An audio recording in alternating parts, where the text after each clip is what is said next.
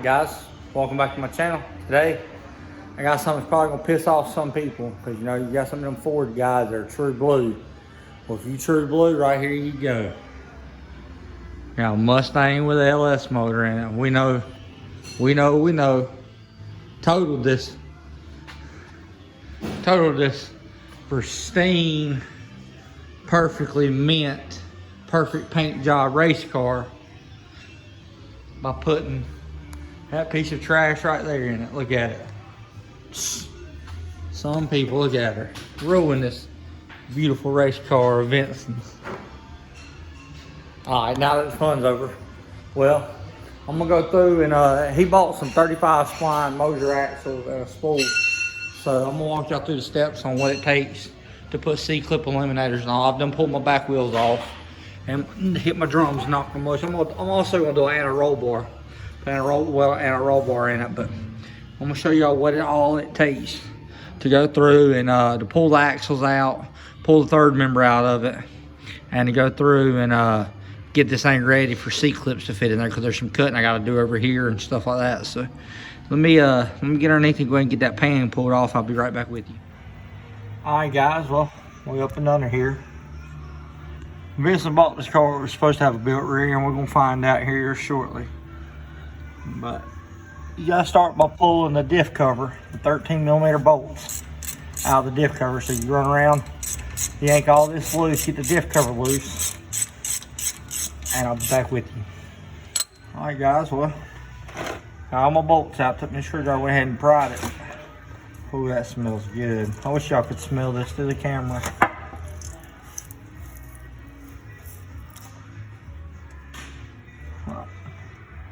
Got a couple different colors of silicone. Somebody's been in here at one time. Let's look.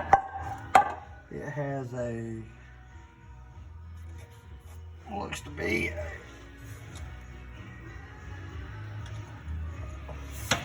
I had to look to see what gear it is. It looks, trying to get a look at it.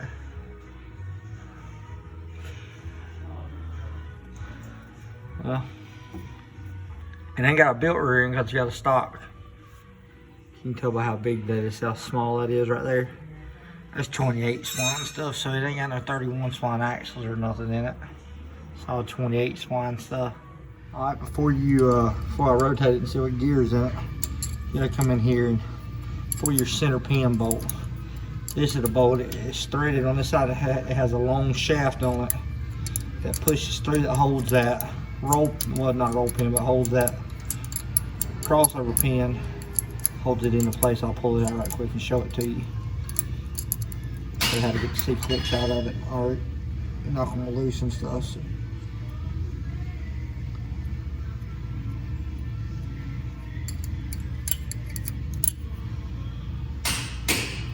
Set you back right here for just a minute. Now we got karaoke over here. Struggle. Stuff I go through. See? It's threaded. And the shaft you got to pull it was because it holds this pin in. Reach up there and push that. There you go, there's your pin. That holds your cross pin in the diff. So now that you got that, I can actually rotate it and see what gear's in this thing. Let's see.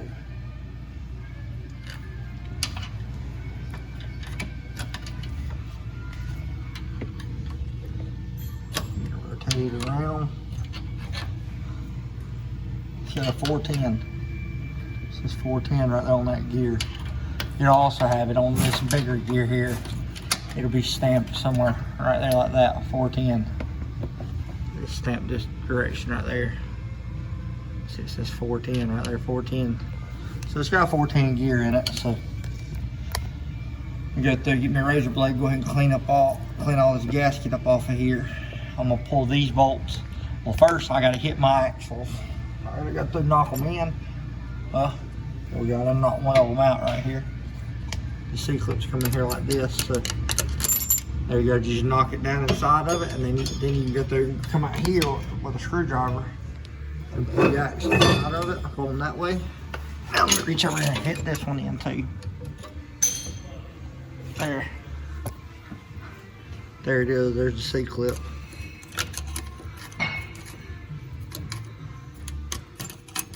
There you go, just spin it around till it falls out. Like that, and then you can push them back. Right here.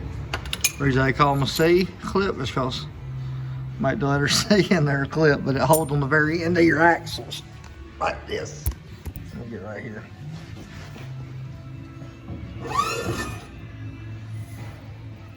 See, that clip goes on the very end of it right here. That's what holds the axles up in the bearing. So what we're gonna do, we had to come out here since the new axles got C-clip eliminators on it. They come with a bearing pressed on them. So I have to come in here, I'm gonna take these bolts out right here, pull this backing plate off. I have to cut this whole bearing space and the steel off of this one so my new stuff will bolt up to it. So let me go ahead. Well, I got you here. I'm gonna go ahead and pull the dip out of it. So come around here like this. Get a 3/4 for these bolts. Take a 3/4, and you want to go through.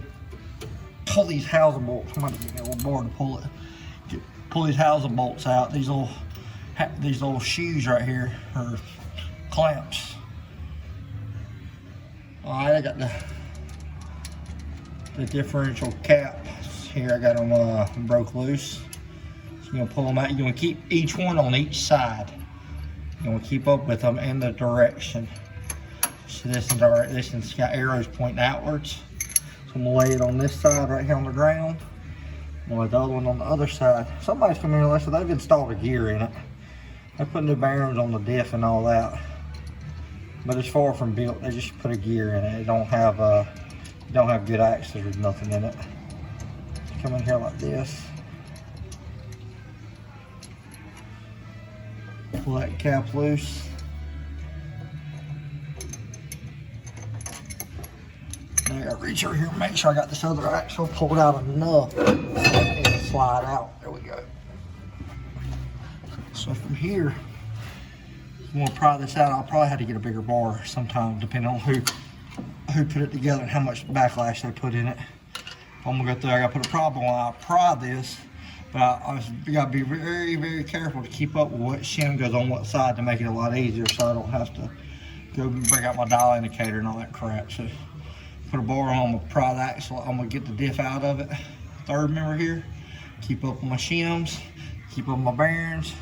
And then I'll be ready to go ahead and do the stuff out there at the brakes. Go ahead and pull the backing plates off. Well, I went ahead and pulled my 4 bolts out of here. So now I got my backing plate loose. So I'm gonna take this. I'm just gonna lay it off to the side. I don't want to kink it or nothing, but I have to come in here. And basically I have to cut this thing almost flush right here. I'm gonna go through and cut it flush, get the bearing and all out of it so it bolts up like it's supposed to. So I'll cut that flush and the C-clip will bolt to this. Well, it'll bolt on this side right here. I probably have to take the Mercy brake cable, probably take it out, or take the cross pin for it out of it for the C-clips to work. Of course, this thing don't even have a Mercy brakes in it, but still has the cable stuff. Here's the axles. So here you go. See that right there bolts in from the back side now, up in there, so it'll slide up in there. Show you the difference between the axle sizes. There you go. 35 spline stuff versus the stock. Like I said, I'll have to come in here and cut that where that's flush with this little lip here, because this lip is the same spacing as that.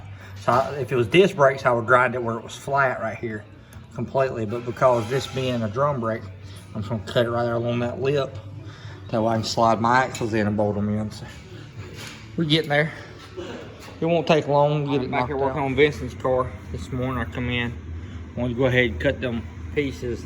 Just wanted to show y'all this.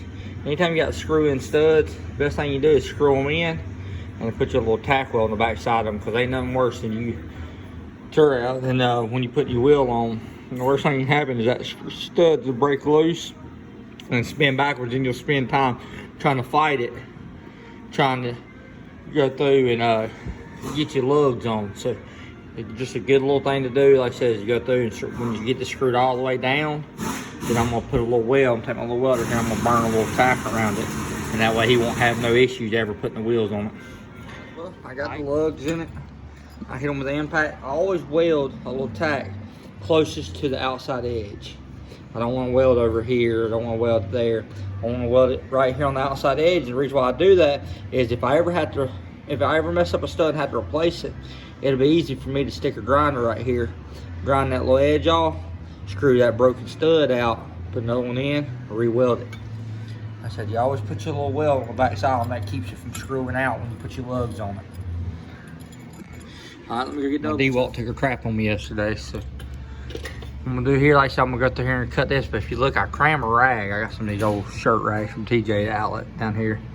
I cram the rag up inside that tube. When I cut it, don't get a bunch of metal in that tube. That way, all I gotta do is just wash this outer edge and pull that rag out, and it keeps from getting metal all up in there to where I had to really, really brake clean a lot. So I'm gonna get this cut off real quick, and we'll be on to the next step. I'm gonna pull my, she'll went ahead and yank the bearing. I'm gonna get my tool and show y'all how I get these bearings out. All right guys, I got this whole tire tool, and what I do, I get it up in here. I gotta tap it to get it up inside of it.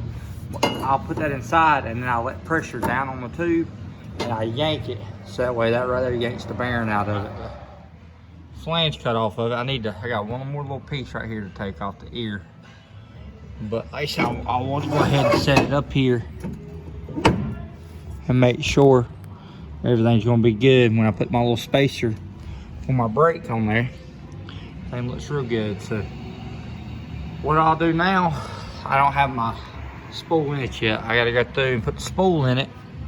Then I'll come back here and I'll silicone around this. I'll clean all this up real good on my silicone. Then I'll stick my brake backing plate, my brake drum braking plate up on here. Then I'll silicone this side and I'll slide it together and I'll bolt everything together. That way you got an airtight area right here that ain't gonna leak no fluid out of it, because if you just sealed this side, then you still got that piece of steel on the back side here for it to leak. So I'm gonna silicone this up, put my brake backing plate on it, then I'm gonna silicone this and put it on. Let me go ahead and clean it. These outer shims, if you don't have, usually like when you shim it, put your thick ones on the outside, thick ones on the inside, and put your thin shims in between. That way, when you hammer them in, you don't tear up your thin shims. But if you listen right here, I've done enough gears, I don't have to put a gauge on it really to tell. I can tell by the way it feels, because I've done so many of them. You should have a very, very light little movement. And that's how I know the backlash is right. Swapping spool to spool, considering that this already had this in it, and the shims are already pretty close. Like I said, you have to, the shims have to be super tight for preload on these outer bearings. You don't want it just to slide. If it slides in, it's too loose. It's gonna make a roar sound. You got to make sure these outer shims, like I said, once you get it shimmed out right, you have to put about 5 thousandths of preload on it.